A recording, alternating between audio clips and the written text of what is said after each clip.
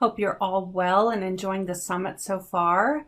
I thought that Celestine was going to be joining me, so I've been waiting, but I haven't heard from her, so she might pop in. We might just all of a sudden have a Celestine arrive with us. I hope you're all enjoying the summit. I hope everything's going really well for you. We're getting ready for moving up from the throat chakra up into intuition, into dreams, into visualizing what you would like to create. So it's a very exciting transition from, communicating what you would like to create, and then moving up to visualizing what you would like to create. And so very exciting, very exciting. And we've got some raffles here today as well. Oh, my phone's just gone ding. Oh, another person has signed up. Oh, that's good. Yay. So the person that just signed up just now, you will go in tomorrow's raffle. Yay. Oh, that's exciting. Yeah, it's been really, really a really beautiful day. Yesterday was just fantastic with Des and Oberon. So magical. I could just listen to Oberon for hours and hours. He's such an amazing wizard. And, just to overcap, a little bit about what he was talking about really visualizing, our dreams and what we're wanting to create. And this is the new paradigm and the new earth. I personally have been teaching about manifesting for years. Oh, there we are. Hello, honey. Hi. Oh, I so tried glad to you get in and I couldn't get in, so you finally sent the link. Thank you. I Yeah, don't it was know. in the Facebook group. Yeah. Oh, I see. Yeah. Oh, Yeah. okay. I'll go It's there. been there the whole time. That's In your okay. Facebook group. I was Okay. wondering, I was like, I wonder if I should send it through Messenger as well. And so then I did. Over So, here. yay, I'm glad you're here. Yay.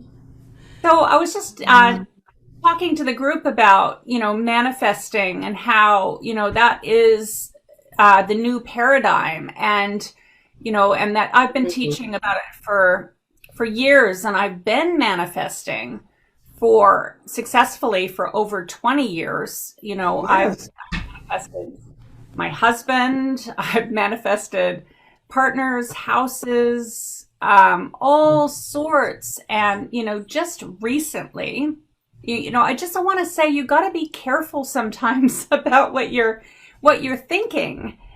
Because I don't know about you, Celestine, but I'm noticing it's happening a lot quicker.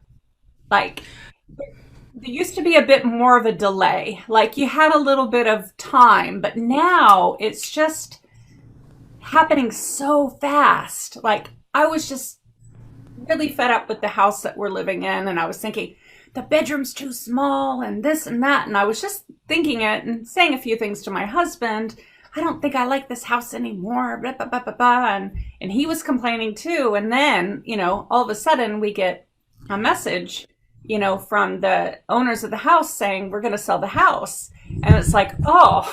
and Oh, then, and then I've been thinking about, oh, wouldn't it be nice to live in a pink house? Like I hated pink when I was young, and now I love pink. And I was just thinking, oh, wouldn't that be nice? And then, a pink house arrives, just like that. And then in the Christmas tree ornament, I was taking all the ornaments and putting them in the box, and it was a pink house in the ornament. We went and looked at the mm, pink house, but it was too small and it wasn't the right house, but it was exactly the pink and the shape and the style and everything that I was thinking about. And mhm. so I didn't even have to talk about the pink house. I was just thinking about the pink house. And then there it was in reality. So then I thought, right, okay, obviously we're meant to move. I think I really want a house that backs onto a forest. And I did say it, verbally to my son.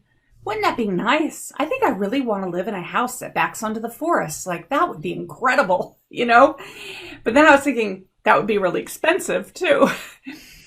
But I said to the universe, I want it to be affordable. I want it to be, a beautiful house that we can afford that backs onto the forest. And then 2 days later, boom, there it is. And we're going to go and look at it on Wednesday.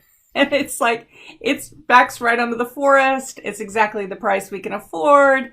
And I had been telling Priestess Rose, Rachel Little Crow, you'll know the land that you're looking for by the trees.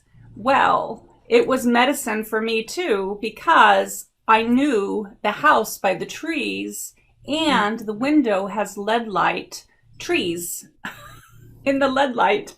I thought, wow. So, this is really powerful times right now. And, really, important to be clearing out the junk, clearing out your shadow, clearing out all the old programs, updating the programs, because whatever you're thinking, whatever you're feeling is going to be created quite quickly.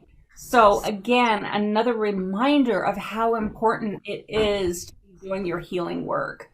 Yeah. So I was off on a tangent. I didn't know if you were coming or not. So I was like, yes, I was trying to make my way. It was, thank you for your patience. I had actually set up earlier, and then they're working around my house. I had to decide where to be again, okay. So that's why I'm here. But then I just couldn't. The link said that you already had a meeting in progress, and I was trying to figure out. Yeah, it was the same link that I used, but so I had to just do it another way, and finally it went through. So thank you. Yeah. Well, that gave me time to share my story about the That's manifest. a good story. Yeah, it's very important. Yeah, well, I'm really excited about it because, at first when I got the message that we'd have to move, I was very upset. I was like, oh no, really? The owners had promised that we'd live here for 3 years. They promised they would never sell. They're really nice people. And it really upset me. But thank Goddess for the pink house arriving just on time. And the little pink house in the ornament, and now the house with the forest in the backyard, all reminding me. Look at the trees behind you. You have the trees behind you there. It's just, yeah. I'm gonna miss this. I'm gonna miss this wallpaper, but I've already asked the owner where she got it. I'm going to get some and put some in the new house. Fantastic. Yeah. Fantastic. Good. Yeah. So you get your reminders as well. Being open to those reminders and seeing those reminders will help you navigate successfully through your life too. And just remembering to keep your eyes open, and not only your 2 eyes, but your 3rd eye. And perfect time for you to begin, Celestine, because tomorrow Celestine is going to be offering you all a masterclass on intuition. And that's one of her specialties, amongst also being a celestial priestess. So I'll let you go ahead and share some of your wisdom and your magic. And I'm so happy that you made it and that you're here. Thank you. Thank you. And I just want to thank everybody for showing up today. And it's a very special opening here to share with you about the inner vision and intuition. And we're looking at, intuition is it's a very deep subject. We can go to the place of where do you receive your information? We are bombarded daily by radio waves and television waves and internet, but there's a wavelength of humanity, there's a wavelength of nature that moves through us all the time. And how we resonate with that can be in our earthly body, and just kind of sensing out of our survival needs. Is this good? Is this where I need to be? what's going on in that way, we can sense from our divinity, that our soul self, which knows all things about us, and it can direct us. Oh, open this door instead of this door. Go at this time instead of that time. And you'll get an instinct within you. Something very direct will be, you're not supposed to go right now, or don't make that phone call, or your mom's calling. These are more intuitions that come in from your higher consciousness. So most people aren't aware that they even have other levels of consciousness. You think that you're just strictly, here in your body, sensing everything that's around you, and the five senses, seeing, taste, touch, all of that. But yet there is instinctual consciousness. There's consciousness that connects in with your instincts, and there's different levels. So I teach people about that. So let's say that your mother's going to call you, and you sense that in your heart. The phone rings, you pick it up, it's mom. Okay? That's not coming out of the memory synapses. That's not coming out of what's around you. That's coming from another part of your consciousness that's connected. Now, the electromagnetic grid is the group mind. And so there's a sense of entrainment. Mom is connecting with you. She's thinking about you. So she's touched your psychic field. Or, your teacher is thinking about you. Or a friend is thinking. There's a connection of entrainment between all of us, because the group mind, we are unified in consciousness as a human species. And so this comes through on that level, but the part of your consciousness that enables you to do that is of a divine sense of being, the soul, the unfoldment. Now there's another level of consciousness, which is your primal awareness.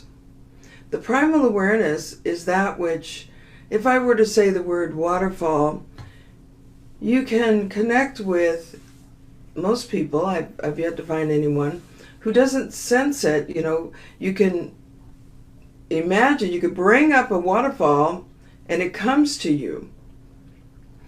And generally you see it as an image. Some people see it as an image to the right. Some people see it right in front. Some people just feel it. They're kinesthetic, But this waterfall, if I say the word and you could bring it to mind, is it someplace you've been before? Most people not. It's a waterfall that just was shown. But if I say, okay, let's go up above the waterfall. Let's look at the landscape. Let's go higher. Let's go up above the earth. Let's look at the earth. Let's turn and look at the cosmos. These abilities are from a part of your consciousness connected to the all. So intuition is a big name. It's a big word. And then bringing that down to your vision, the envisioning. And as you were saying, Schamet, you were talking about the pink house, and I so appreciate you bringing me on to speak. You imagined that pink house using a part of yourself that allowed you to bring it into focus within the eternal, internal mind. It wasn't coming out of the synapses of the brain and memory of seeing a pink house. It was actually something you felt in your heart. And the connection between the third eye and the heart is what stimulates the universe to manufacture, to create that in this plane of existence. So as you look around your room, where you're seated, everything that you have before you comes through the heart. The heart's like the projector. What is the desire? And the sensitivity of the universe for what is in your heart is even stronger.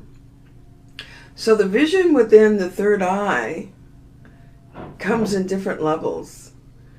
And some people, if you look 3 inches in, 4 inches down from the crown, 3 inches in from the forehead, and 4 inches down from the crown, and you look into the center of that is where the pineal gland is. And this is the third eye. It's acknowledged in optics, and I was an optician for many, many years. I worked in quantum science of opticianry.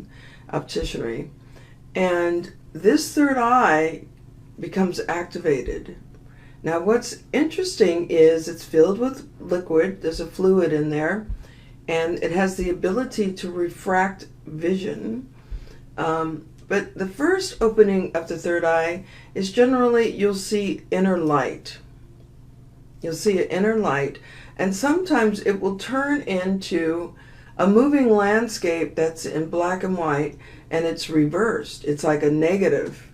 It's like that beautiful silhouette of two people's faces, and if you'll see the faces, but if you look closely, it's a wine glass. If you see it turns, and they say, oh, that's the fourth dimension. You know, you're seeing like in, it keeps modulating and changing. If you take a hyperspheric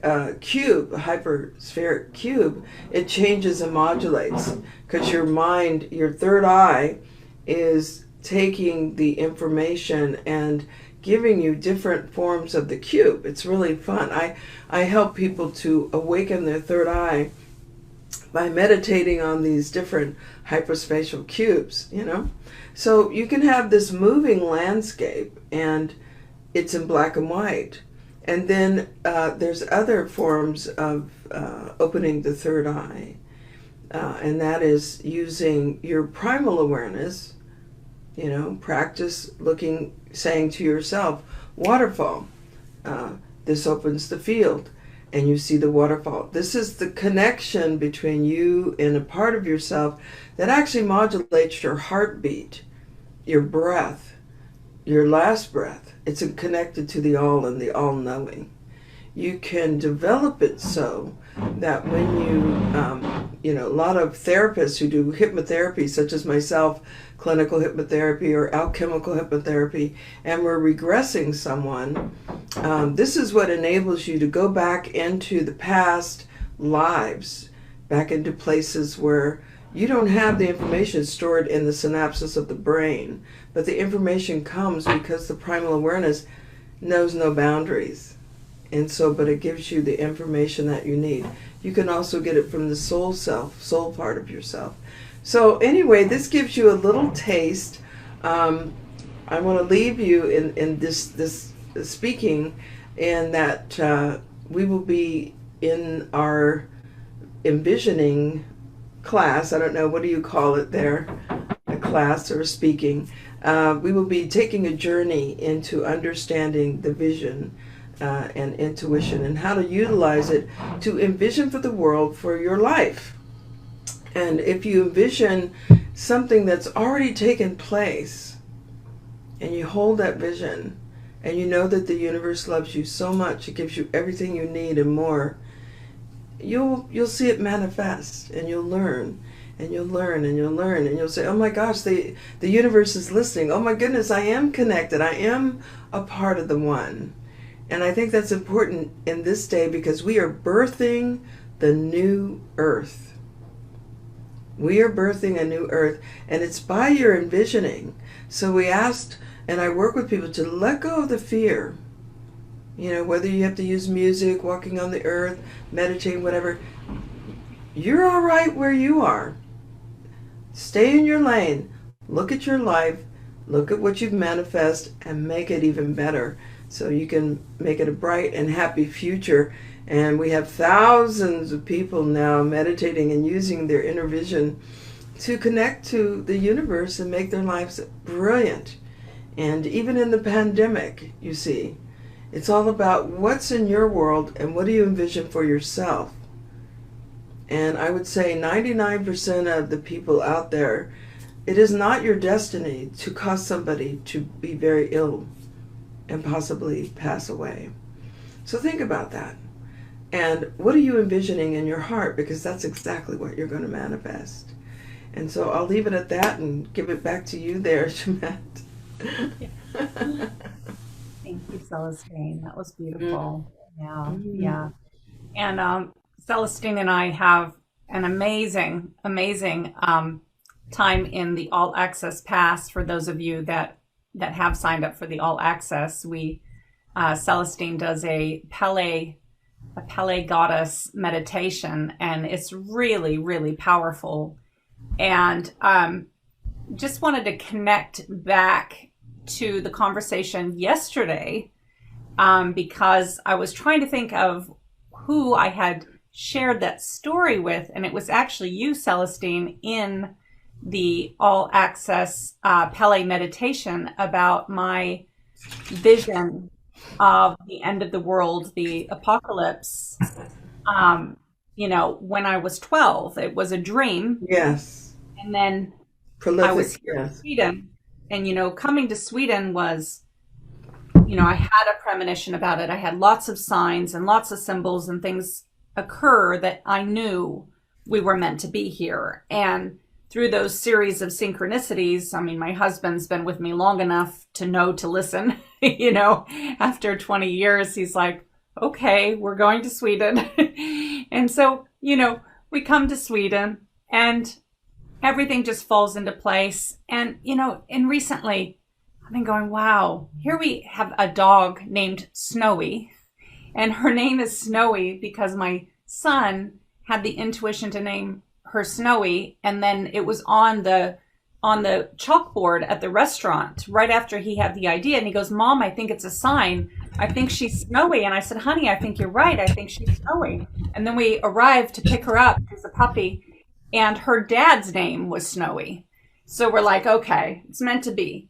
Well, now here we are in snowy Sweden, and she loves the snow. Like, she just jumps around and plays in the snow, and she's so happy. Like, she was made for the snow. She's big and white and fluffy, like a little Eskimo dog.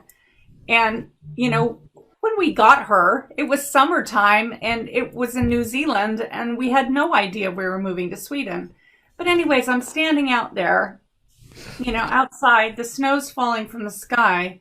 My family's gone away on a skiing trip, and I was by myself, and I realized I was in the very moment that I had dreamt about when I was 12, about the end of the world, about the apocalypse. And, I want to just say again, that this is it. We're in the apocalypse. We're in And the end game. yeah, we're here. Like, we've all been preparing all Mm-hmm. of our lives, and we have arrived. Like, we are here, and Mm-hmm. it's exciting, and it's not scary.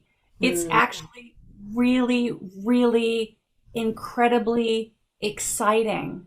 So, again, going into that visualization of what you're wanting to create, you Yes. know, and reprogramming that fear into passion, Yes. and that fear into excitement. It's such a razor edge feeling of being afraid, and then being able to just do a little tweak, a little mind shift, and turning that fear into excitement. And you can do that in every moment with everything in your life. And so instead of creating the monsters, you can use Mm. the angels, right? Yay. Yeah. So Yes. it really is just a shift in perspective of turning, the mundane into magic, and I've been Okay. doing that as part of my spiritual practice and my priestess work of, instead of just, oh, I'm doing the dishes, or, oh, I'm cooking the dinner. It's like, oh no, I'm stirring up the cauldron of love to nourish my family, That's and beautiful. in everything, in every moment, we have the choice of turning mundane into magic. And when you're sweeping up the dust bunnies off the floor, and you can say, I'm sweeping out all the bad energy from the house, and you can turn cleaning into a spiritual practice. Mm. Mm-hmm. Everything can be turned into this magical, magical world. And because it is, it's such a magical world.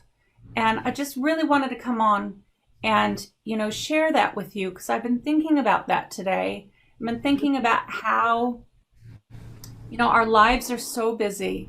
And some of us may have 2, 3 children. The husband's working a lot. And you may feel that you don't have time to work on opening your third eye, or you might not have time to meditate or do your spiritual practice. But the thing is, you can do it at any point in time. I do a lot of my spiritual work when I'm driving. Mm-hmm. It's just what I do. I've always done it. Good time. I think for all of us, a lot of us. Yes. Yeah. Yeah. Because in a way, it's like you're in the driver's seat of your life. You're driving that automobile, and like that's where I do a lot of my manifesting work. I'm like, okay, I want that house with the forest in the backyard. Yes, universe, are you? That's where that. You. Well, I just want to say that the polar opposite of fear is power. So if you have that choice, as you say, am I going to be in fear and create more than that, when you really realize that you are physically going to create more of that negative playground, play scenario, or are you going to go to power? And I love, use the word magic, power, whatever it may be, but the power is wisdom. So am I going to use my wisdom, to create my life? And it may be a little bit slow starting. I had this one lady, and she said, well, I need a place to live, but I don't have any money. She goes, I'm going to test this. So she writes a little thing. I need a place to live, and I have no money. I'm an artist. And in one day, she had a place. And then she goes, well, I need a car. I want it to be white. So she calls me up. She says, I don't know what happened. I got the car, but it's black. So she's driving to my house. And as she's coming down, right near the driveway to come in, a truck with paint, and of course the paint is white, and by the time she got to me, she goes, I'm not discussing, we're done, because her car had white all over it. It was hysterical. So the universe is playful. It loves to have fun, and it loves to give you everything you need. And what I've been told is that when you really need it, that is when the universe gives it forth. If you just want something, you're just kind of looking at it, I could have it, not. But if you're really in need, I need this, it's a prayer deep, it's in the heart, it's going to come through. Believe me, you are so connected. And I love, that you said, oh, everybody's so busy. Yes, but it just takes a moment. If you're in the shower, I tell people to write down in a circle, take a circle, put your name in there, and you're writing about what you need in your house. You want it to be strong, you want it to be good neighbors, you want a good landlord. I need a good landlord. And I just received 3 houses. They gave me 3 choices. I put mine in, and I got 3 choices, and it was amazing. The feeling was overwhelming because they gave me a boon. Everything's new in here and painted, and I'm just, I can't even believe everything. So I'm looking at what I wrote down. So if you have a moment to just write what you need, flip it over, and here's the anchor: create a symbol. Because often our minds are going. So, but if you have a symbol for everything you need, then you just think of the symbol, and that is it. Because the universe, the inner universe, is the language is a symbolism. Like you said, the road, the signs along the way. So if you just have a symbol, then if somebody you want to share it with you to help you, to support you in what you need, you say, I'm manifesting a house, and here's the symbol, and just think of the symbol. They don't have to think, do you deserve it? Is it good enough? Do you have enough money? Is it expensive? Whatever. They just have the symbol, and they can support you, and it's really amazing, because you'd be surprised at how people, what their needs can overshadow yours. I've had people say, you have so many clients, and that you can't even manage them. And I'm like, wait, time out, back that up, And so, and I've had it manifest like that. I'm like, why are there so many clients? And my roommate was like, oh, I knew you'd have so many you couldn't even handle. So we had to make an agreement that they would, see me as having just the right amount of clients or whatever. So it's important to catch yourself in what it is that you're trying to envision for your life, whatever it is you're trying to bring into your life, and just know that it's so much fun once you get the hang of it. I could see how happy you are in knowing that you just put it out there. I'm so wrapped about the house because it's everything on my list. I wrote a list, and Yeah. I'm very detailed, and it's everything. And Yes. I want to share with all of you too about sometimes there have been times in my life where I haven't gotten what I wanted, and I haven't gotten what I felt that I needed. And, when that happens, because I am a very blessed, very, very blessed goddess, and I most often get the things that I manifest.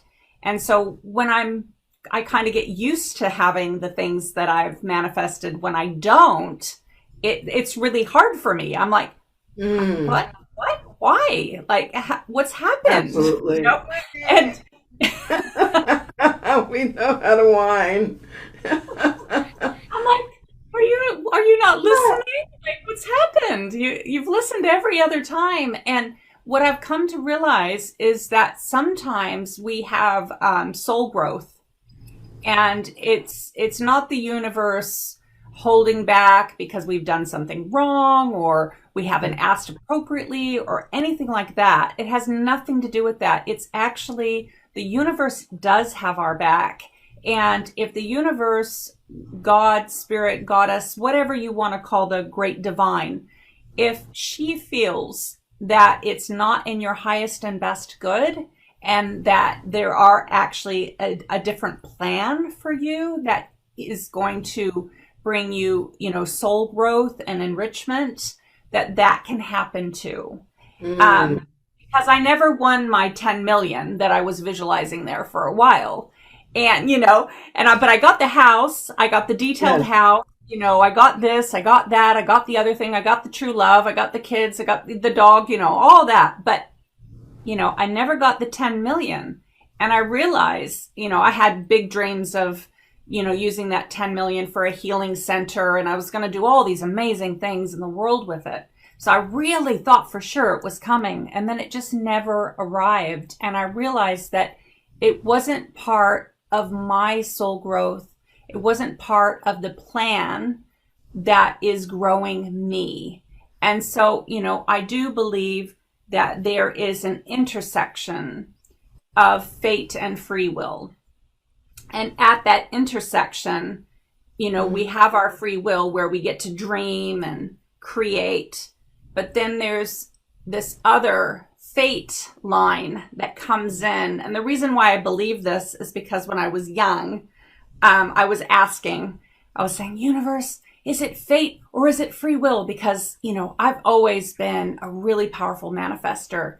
And even like my clairvoyant teacher, she said, God, I was worried about you there for a while because you just manifest things like left, right, and center. And I was quite concerned about you because I was really young, I was in my early 20s.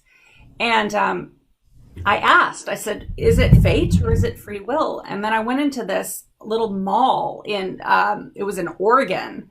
And this guy, this magician was there in the mall. And he looked right at me and he pointed at me. He says, you're wondering if it's fate or if it's free will. And I was like, yeah. And he says, I love when it's like that. Amazing. Yeah. I love it when the universe speaks to you, And like the answer was? Yeah. And he said, it is both. It is fate and it's free will. And I'll never forget that moment because I know it was the universe answering my question, and I'd love to hear your thoughts about that, Celestine, about fate and free will and the intersection, because I'm always a little like amazed by it because, you know, the pink house, I mean, not only did I find a real pink house that looked exactly like the pink house in my mind, but then I found this Christmas tree ornament that my friend gave me years ago, and it had the same two-story. I mean, it looked just like it.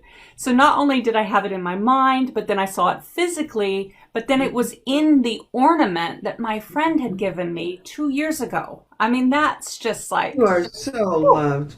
You are so loved. Well, I want to just take a breath into that because it's a beautiful acknowledgement.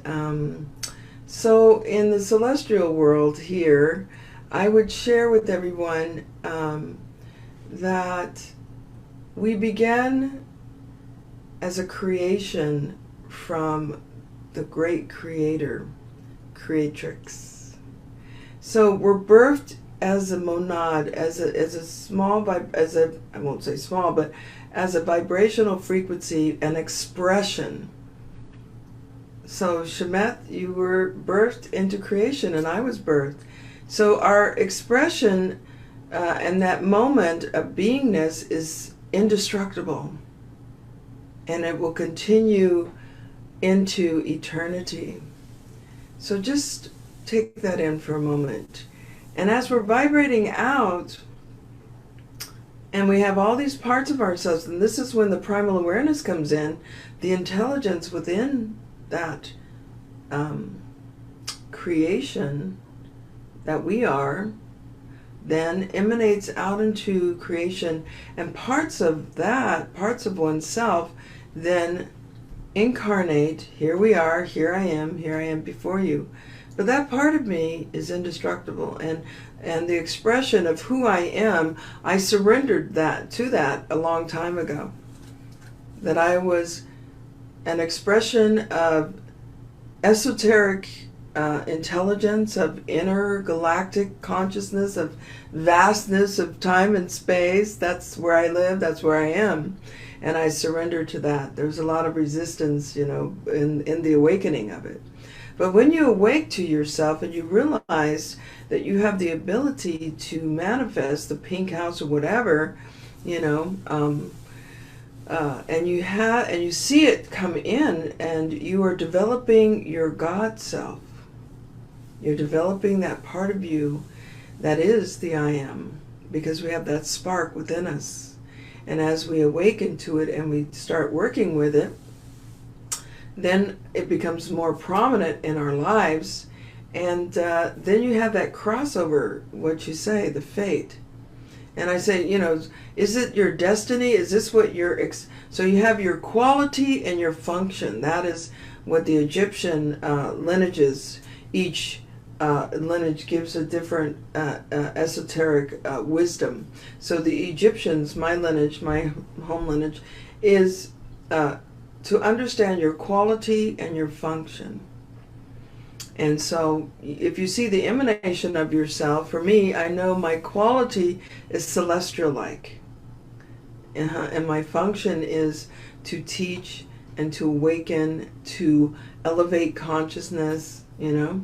And I can see within you, Schamet, is the magical qualities, right? You have these beautiful essence, feminine, divine qualities. And the function is to share that with people and to awaken people. So knowing that, you have the choice of aligning to that. And there's many other aspects that I have going on, but I do enjoy the arts, and I do enjoy Dharmic theater. And so the surrendering, as they say, the path gets narrow as you get closer to the oneness. And so I'm aligning myself to my original purpose, that which I was birthed into the universe to be an expression of the one. And so from each person's life, that's why our lives are so valuable. You can read the story of what the creator, creatrix, God, goddess, the goddess, what she experienced in her life. There's a life going on, and the goddesses experience it, and it's being manifested in you, in the trees, in the grass. Everything is an expression of that. So if you want to open the book of life, it's the book of your life, and look at your life and say, wow, even if it's the worst thing that could happen on earth, the cruelty of humanity, the lower nature, that is something that the goddess is going through.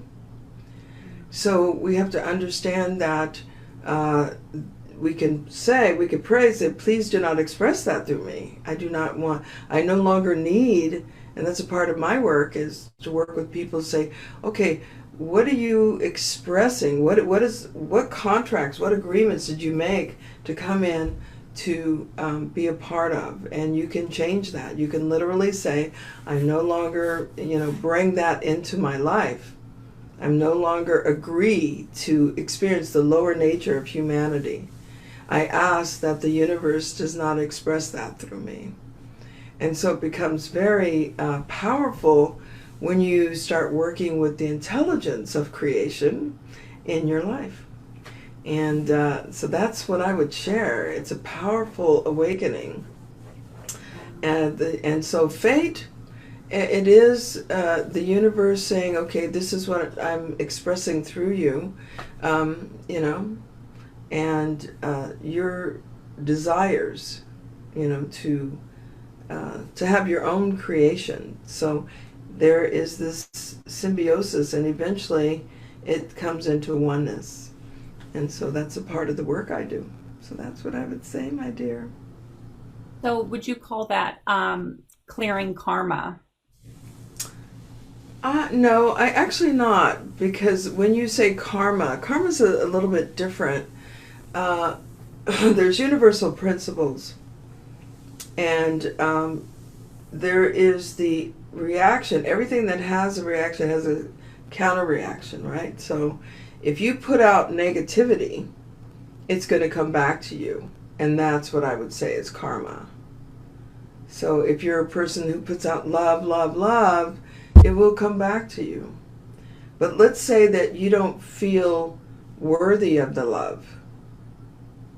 So we have karma, and that this love is coming back to you, but we have your destiny is the expression that you're working through is that I don't deserve it. And so going into the process of saying, oh, I'm aware that I'm not taking in the love that I put out there, and then it's coming back to me. I think it's time for me to let go of that. So when I let go of that, and I'm opening myself to function in a way that I can bring in the love that I send out, you see the difference? Mm-hmm. Mm-hmm. So that's what I would share. Oh, Yay. yeah. Mm. And you work with clients online as well, don't you? Yes, we do international Zoomies. Yes. International, It's I call it the Zoom room, healing room. Zoom room, healing room. Yeah, we call it celestial activations. Oh, good. So, yeah, most people are, I did so many years of pain management. We called it pain management, clinical, working with traumas, rape victims, people who have been abused, for years and years and years.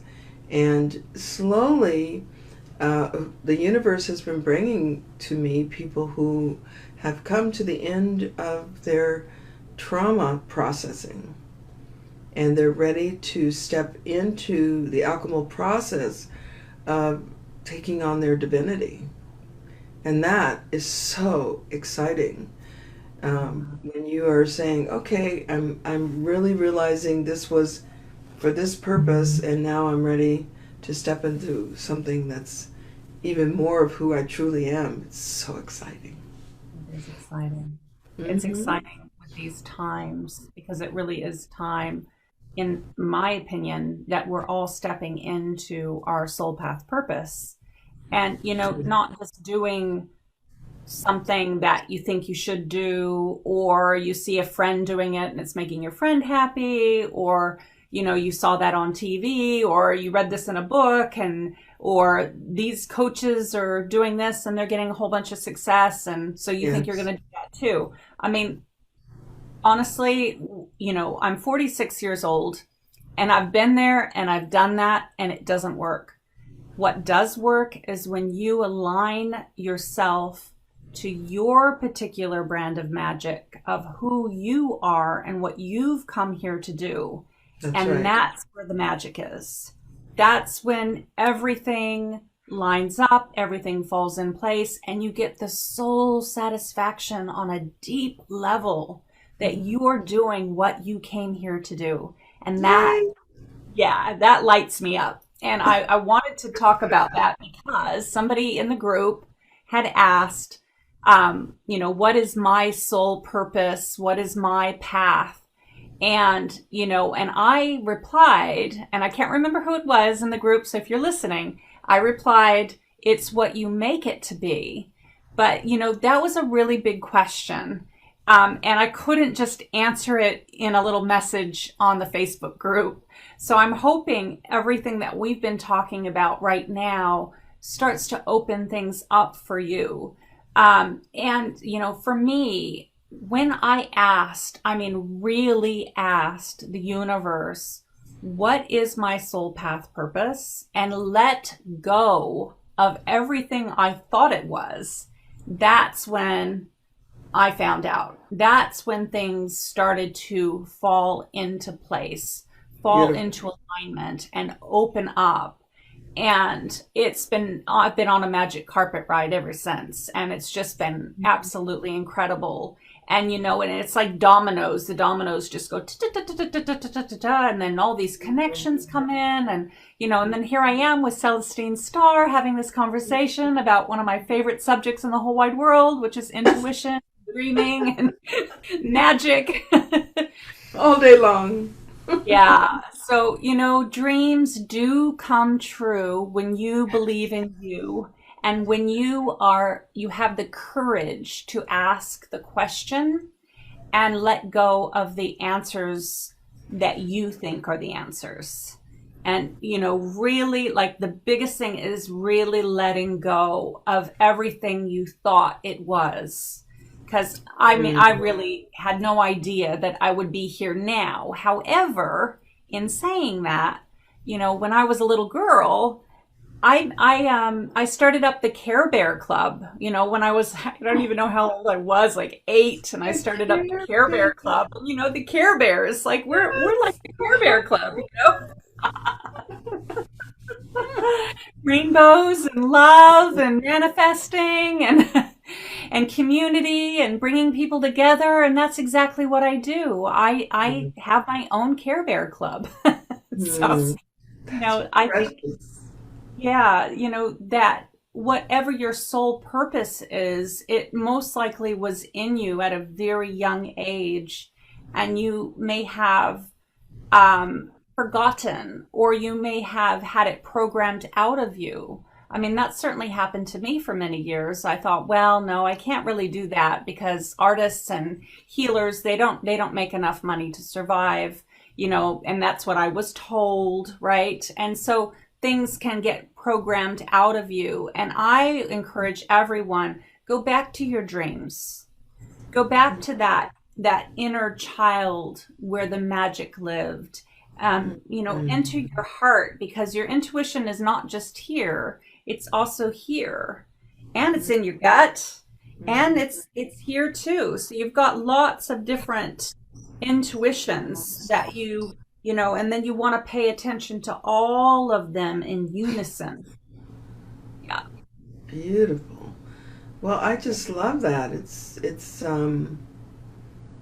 just want to take a breath. Let's breathe it all in, because it's what you're sharing is absolute truth. And finding your soul purpose is the way of the goddess. She is ready to reveal it. And it is getting in that quiet place, because when you ask, you have to listen. You have to be ready to hear it and write it down or say it or have a recording or whatever it may be. But you can find it through your passion. I tell people, if some people, they ask me, I'm ready to do something in the world, but I'm not sure what I'm supposed to be doing. And I said, well, just draw 3 circles. The first one is, what are you passionate about that you could do every single day and never get tired? Yeah.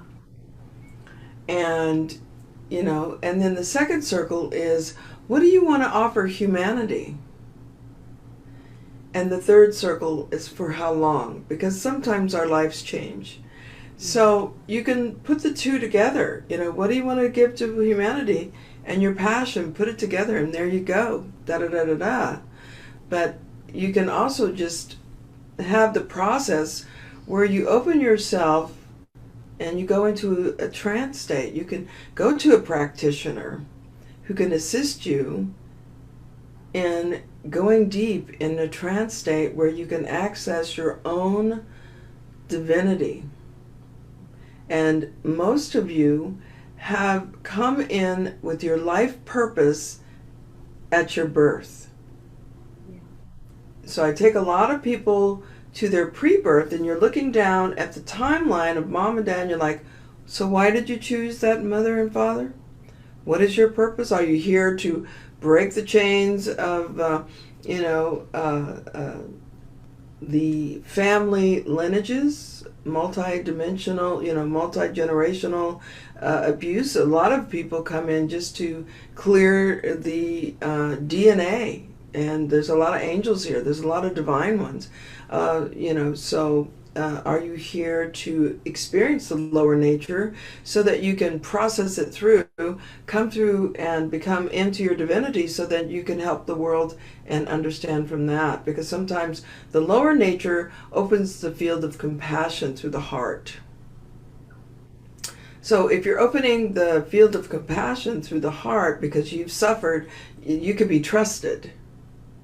If you're a warrioress, you've been on the field, you've seen that cruelty, and then when you step off the field and you say, no more, I'm no longer going to be a battle. There is no war, because I'm only battling myself, you see. There is no war. I'm battling the universe, my goodness.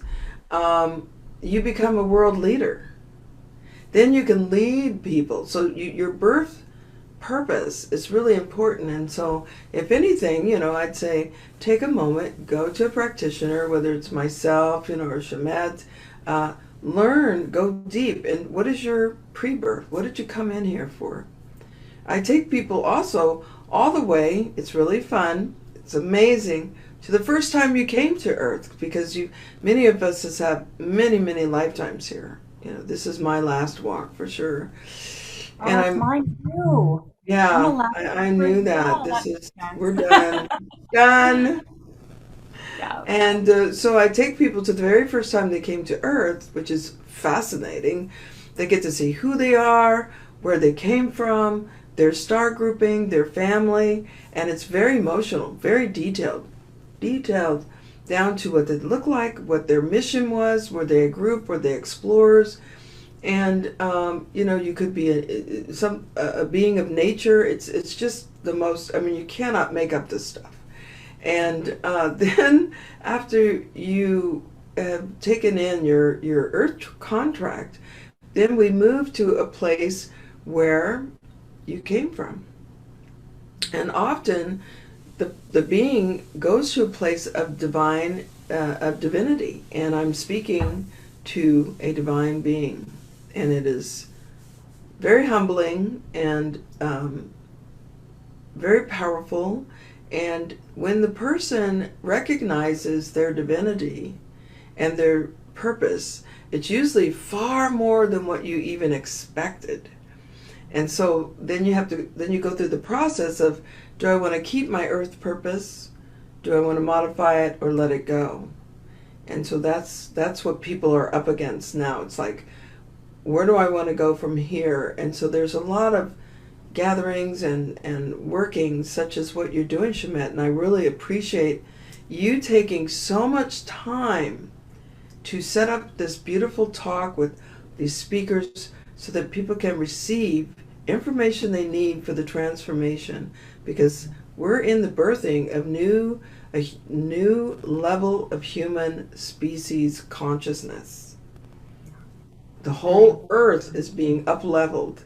And it may not seem like it, but things are being revealed all around you. If you look around, the truth is coming out, the skeletons are falling out of the closet, everything for a purpose, so that we can pick up the pieces, and it's an alchemical process, and we say, what do we want to take with us? What do we really need for the next step? And so, just taking a breath and understanding, why are you here? And looking into your birth contract, seeing if it's time to modulate it, let it go, keep it, you'll know, and then moving from there. So that's what I would share. Yay. Yeah. So important.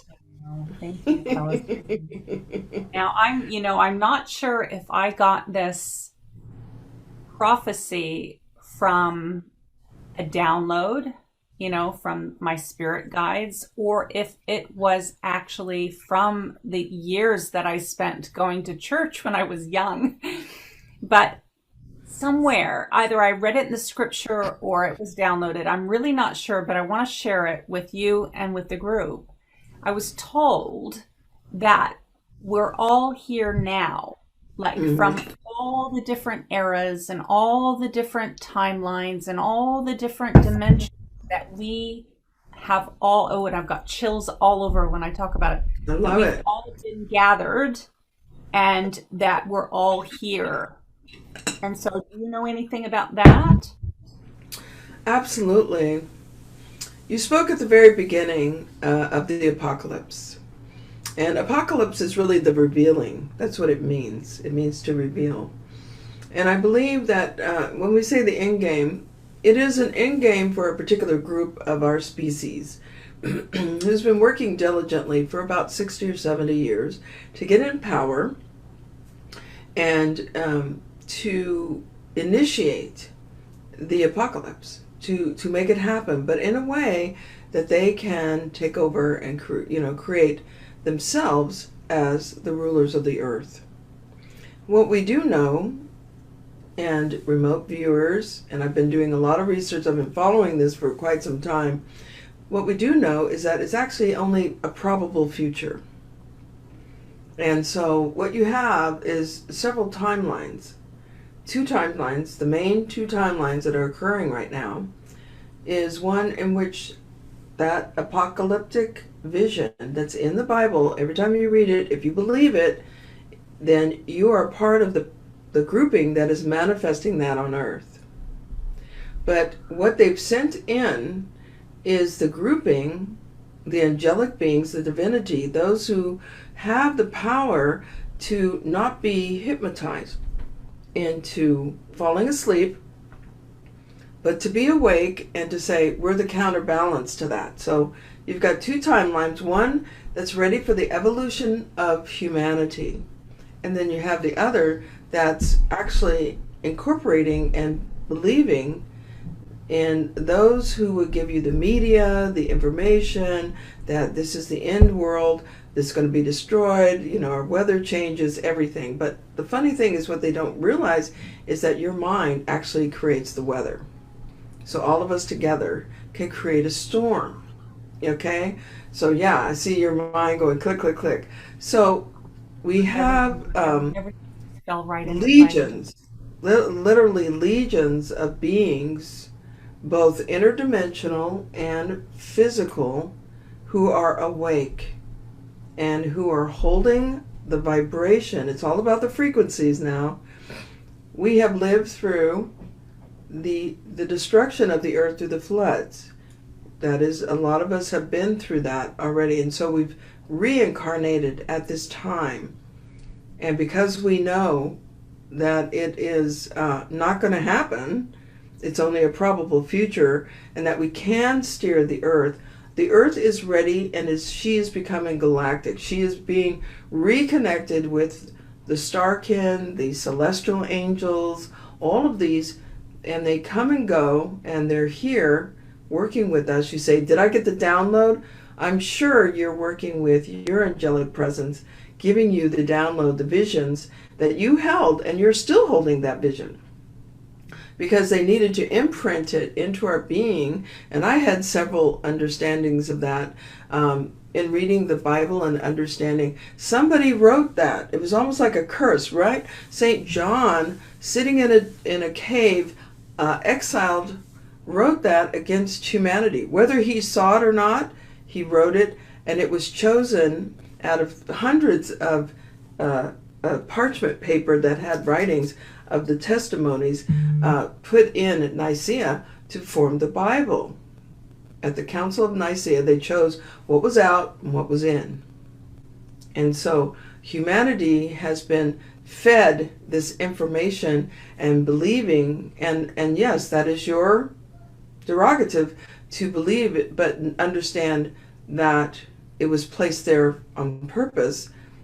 And so the enactment of the ending of the world is a timeline. It's a probable future, but it is not the future. So all of us together are creating that.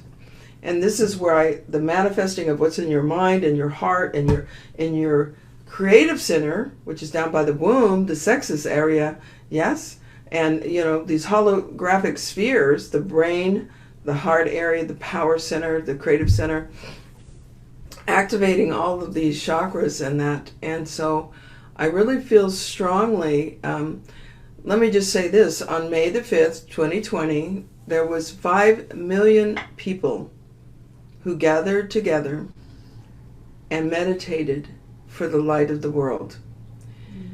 When somebody looked at the Schumann resonance, which means the cosmic forces and the solar winds hit the earth, it rings like a bell and it modulates. And normally it's at 7.83, steady as steady resonant field. Suddenly it went up to 300. And this was on a day when 5 million light workers gathered.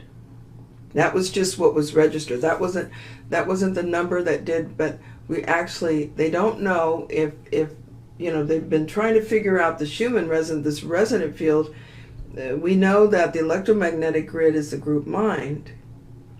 So if we join together, and we invite you to join us, because we have offices everywhere, and join us in holding the resonance of love.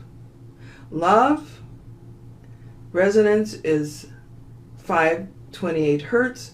It beats 144,000 beats per second. It is a high resonant field. And so when you have that and you're opening up to love, you're using a cosmic energy to lift the consciousness out of despair, out of depression, out of fear, out of all the complexities. And so surrounding, even if you go to YouTube and you go click 528 hertz, play some music, let it roll, it's going to clear your field. If you can't do it, you can get sound frequencies and things like that. But yes, we have reincarnated here, and I've been waking a lot of people up walking in their divinity. There are so many now that are walking in their divinity, and I bow to them, because they've awakened. We have the galactics. I'm in contact. I could tell you without a shadow of a doubt, I have been across the river. I have seen the cities of light, and I have seen what the future of humanity is, and the technologies which some of our government has already. I mean, your computer is a part of that, but the sharing of it is just given to us by, the dropper, drop. But the truth is that the reintegration of the Earth humanities with the star nations is already happening. And I've had a group that I've been working with for 10 years. I've been working with groups for 40 years, but this particular group, very advanced, working with the star nation. Nobody's been abducted, nobody's going crazy, everybody's in illumination and functioning in the world, So I'm here to say that the Mary Magdalenas and the Christ, Mary Magdalene, she manifests right in front of me. She comes to me often. I've done quite a bit of work with her in reactivating. She works with crystals, believe it or not. She loves crystals, and activating. She says, take a crystal, program it for love, put it in the earth, activate the earth. You could do something simple as that. But these are the doves. Mother Mary, who is Isis. That was her last incarnation. Tomorrow is the day of Lourdes, the Lady of White in France. There is the throne of God, which I have seen. I have seen the throne of God, and I have images from that. But just to say this, they are passing the baton to us. The time of the Christos, the 2,500 years, is moving into a transition, and that transition is our lives. We will create the symbols, the colors, the tones, the frequencies. We are birthing our lives, and it's a new cycle for humanity. So they're passing the baton, and Mary Magdalene says, what are you going to do that's going to last for 2,500 years? You go to her basilica, her bones. I stood before her skull. 2,500 years. I have walked in the path of the Christos, the Christ. I have had his presence before me. They're passing the baton to you, and I pass it to you on behalf of them. What are you going to do? Are you going to get your divinity in line, understand why you're here? This is your wake-up call. So that's what I'm here to do. This is what this Awaken the Goddess Within. You have the power and waking up and understanding who you are. You're so supported by so many celestial beings. When they say the immortals, yes, they manifest right in front of you. I've had that happen. I've had it where Yeshi Sojo, Tyli Po, the ancient ones, when you raise your consciousness to a certain level, they will appear because they're there to support you in your walk.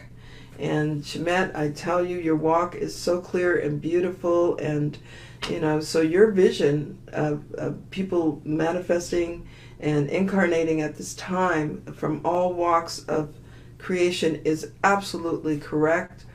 I have recorded 10 years of recordings of doing the process with people awakening, and they're coming from different places, and they know why they're here. Once you awaken, you understand you're here to create a better world.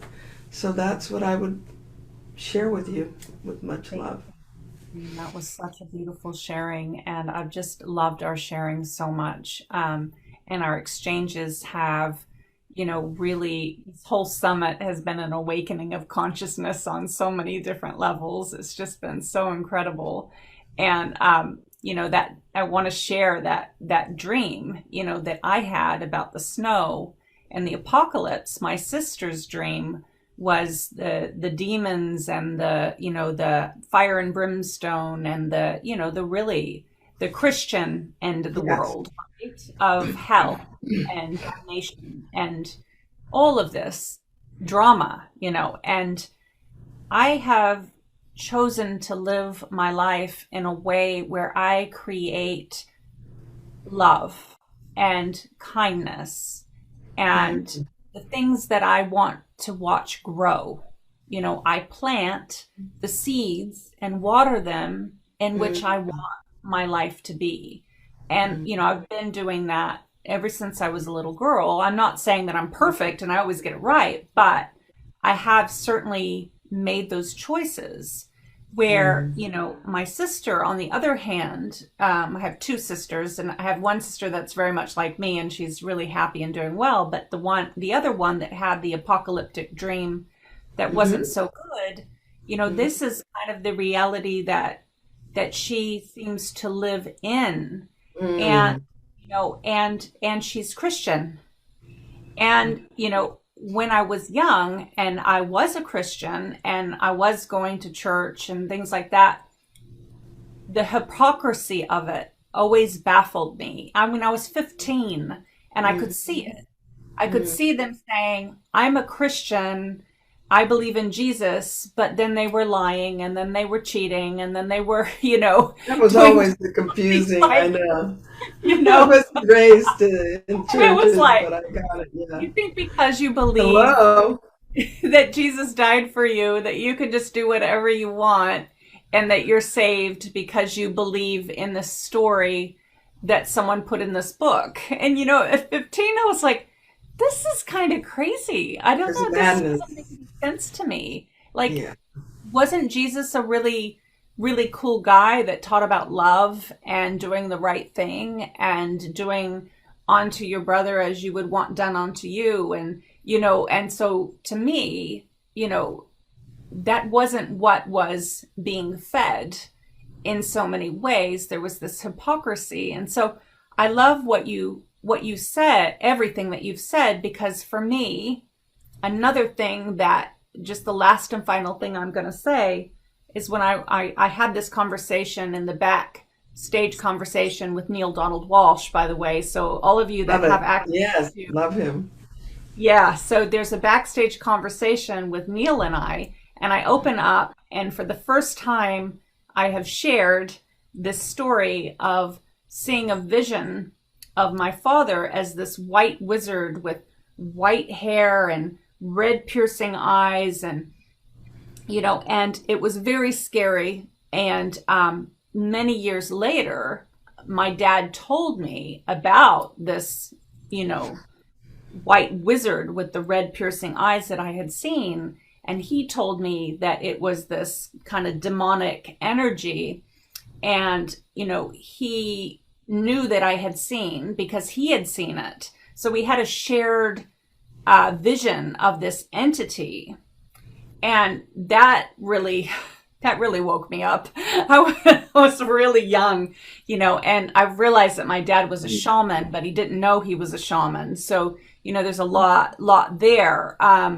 But moving along, when I was 15 years old, I was reading the Bible because I was going to church 3 times a week with my aunt. And my parents were not religious.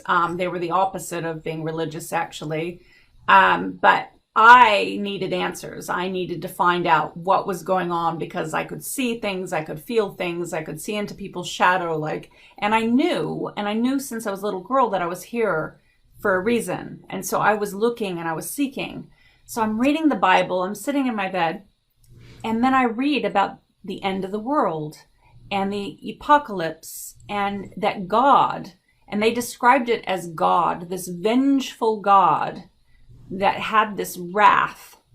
And it was a white wizard with the red eyes of fire. And it was described exactly like what I had seen.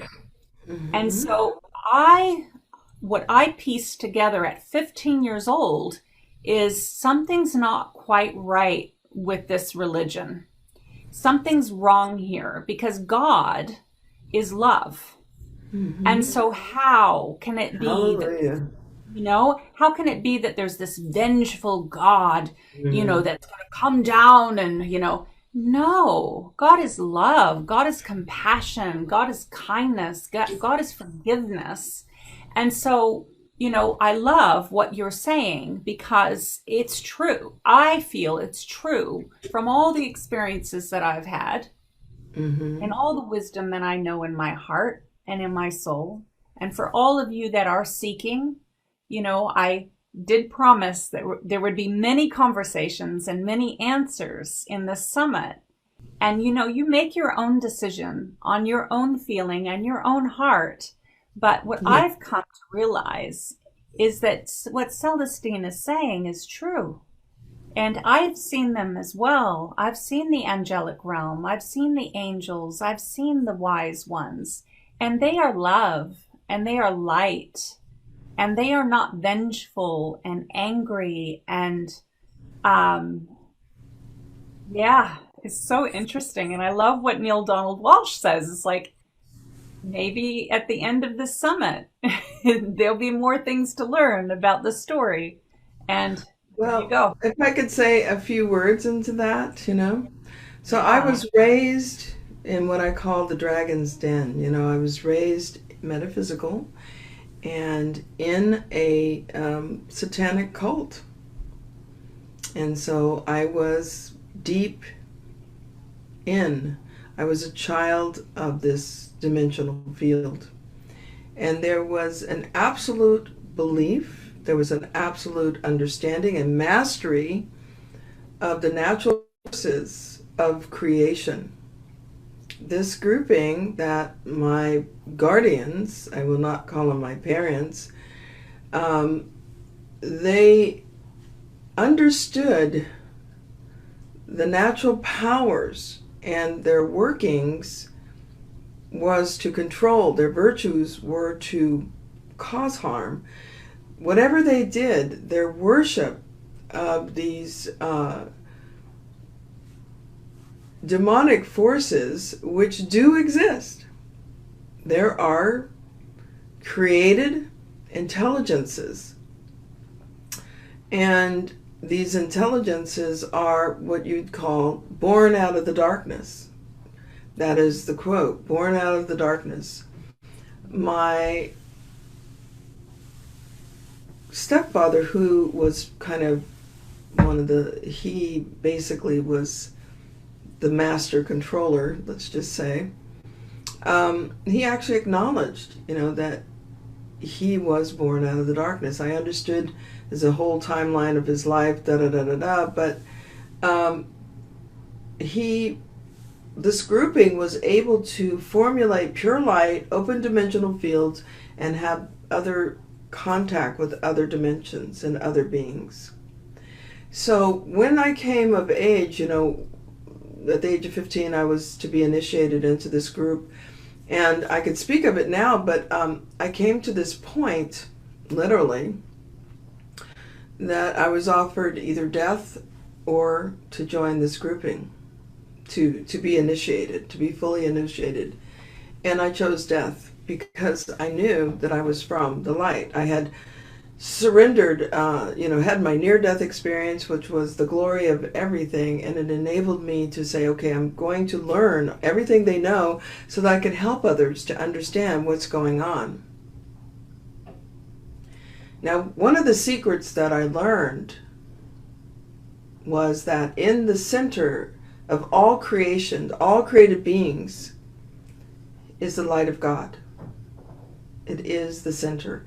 And so if I could focus on that, I know that I'm speaking to God. I'm with God. I could actually love this creature or these beings that do amazing things, and the beings, the humans who cause harm to children and sacrifice and blood and drinking and capturing people and all of this malicious workings, which is exhausting for the purpose of control. All of these beings have reverse consciousness. In other words, they don't have the unified field, so their heart, their connection to the Creator is very, very small. But it's there. It has to be there.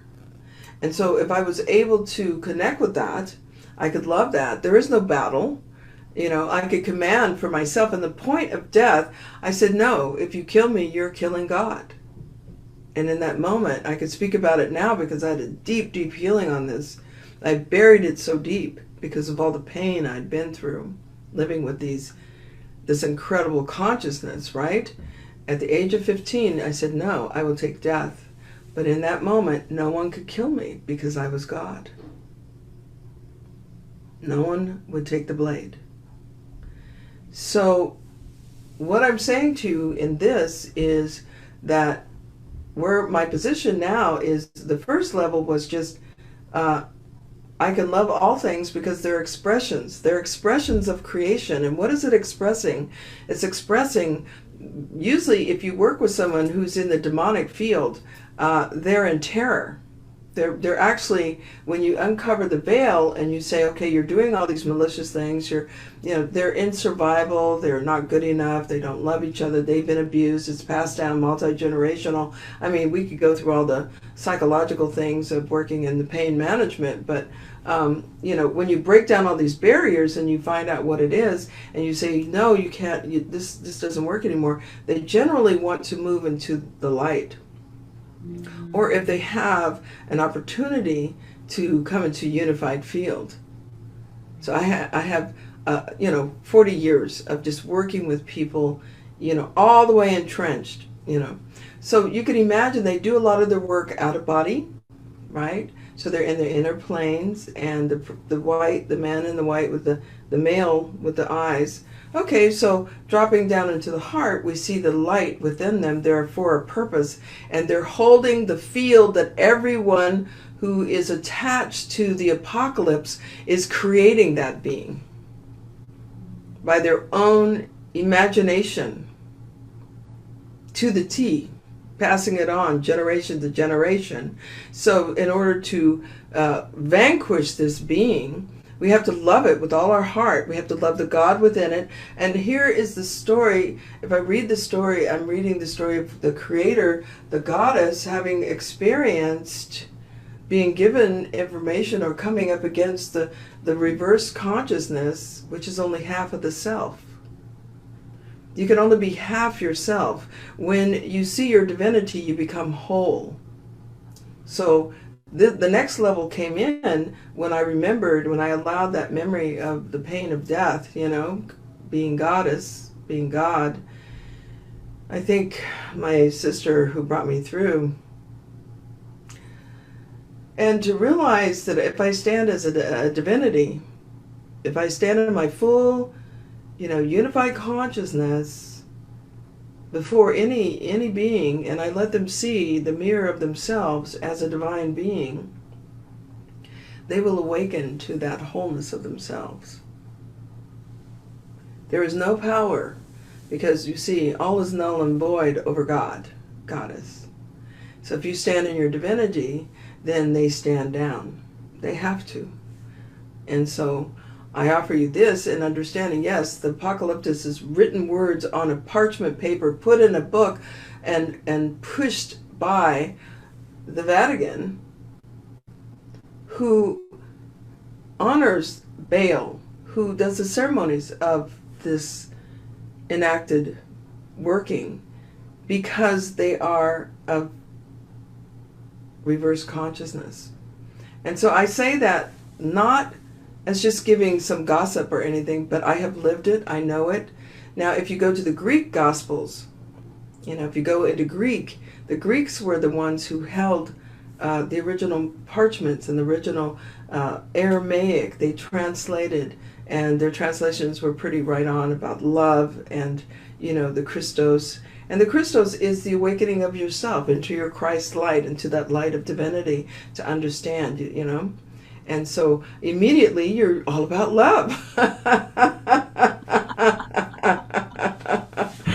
So I ended a high note, It's all about love, baby. Yeah. There it is. We can get into the complexities of it all, but we can just boil it right down. And, it's about love. And, my mom studied criminology, and she was so fascinated by it because, what she came to realize, during getting her master's degree in psychology, was that almost everyone that was in jail or prison for, this or that or the other had been abused, had been neglected, weren't loved by their mom and their dad. It was their pain, through their pain, and that actually everyone wants to be loved. Everyone actually is love, and everyone wants a good life. They just don't have the skills, the tools, the upbringing, and I do believe that there is healing and hope for everyone. And now in other countries, instead of imprisoning and they're actually bringing yoga and meditation into the prisons, and it's helping. It's bringing down the violence. It's actually healing people. And so this is too part of the paradigm shift, is in realizing, instead of they're bad, they're good, realizing actually they need healing, they need love, they need therapy. And so instead of pushing out, bringing in. And that to me is where and how we're really truly going to heal this world and bridge the duality and bridge the polarization that's happening. We want to bring everyone together. I'm not saying don't have boundaries, because we do need boundaries. However, you can have boundaries and love your brother and love your sister, and you can help your brother and your sister when you know those boundaries and where that's at. But yeah, my favorite movie in the whole wide world is Spirited Away. So there you go. Perfect. Yes. Good Well, I place to. have a client coming up very soon, so I may Yeah. Oh, have hon, to. that was so much fun. Thank you. Oh, Oh, I love you. I love you too. And we love all of you, you know. Yes, we love all of you. There is Oh, no I love darkness. Celestine. We Yeah. have so many good conversations. So I'm glad that everyone here could be part of that, because that was incredible. Yeah. I'm going to do the raffle next, but if you have a client and you need to head off, I um, could stay for just a little bit. I'll stay for the just raffle do and the raffle. Okay. So we've got,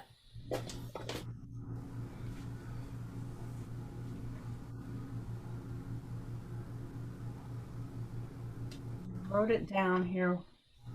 Oh, no, I haven't written it down because Jen did it last night and I have that written down, but I've got to pull the names out of the hat.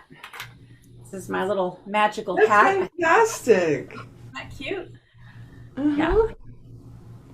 So, Manifest. yeah. So we'll do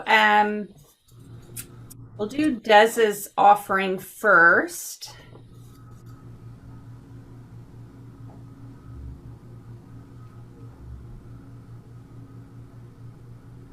We got Mahile El Hajj, Mihaela.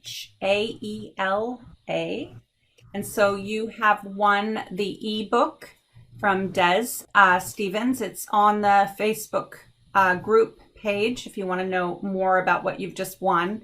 And I'll have my assistant Jen send you that information. So, yay. And see, this one is for a session with Leanne Babcock. Jane Amoreno, Amoreno. And oh, I think this is the Jane that's not on Facebook. I think it might be from memory. You sent me an email today, so I will make sure that you get that as well. Um, we have a few people that aren't on Facebook. And so just to remind everyone, this is getting uploaded to the All Access Pass. So you'll have that if you have signed up. You'll have this recording if you've signed up. And if you're not in Facebook, you'll have this recording. So you're not going to miss out. Okay, and then Tamara, Tamara, having a hard time reading my writing again. I think it's Ross.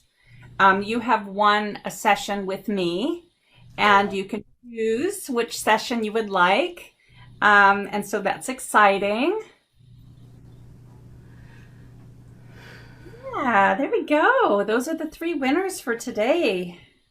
Congratulations. Yay. It's always fun to win stuff, isn't it? It is. I love it. Oh my Very God. nice. Oh, you look beautiful, Celestine. Thank you so much for It's joining. Yeah, thank you, been a honey. blessing. Yeah.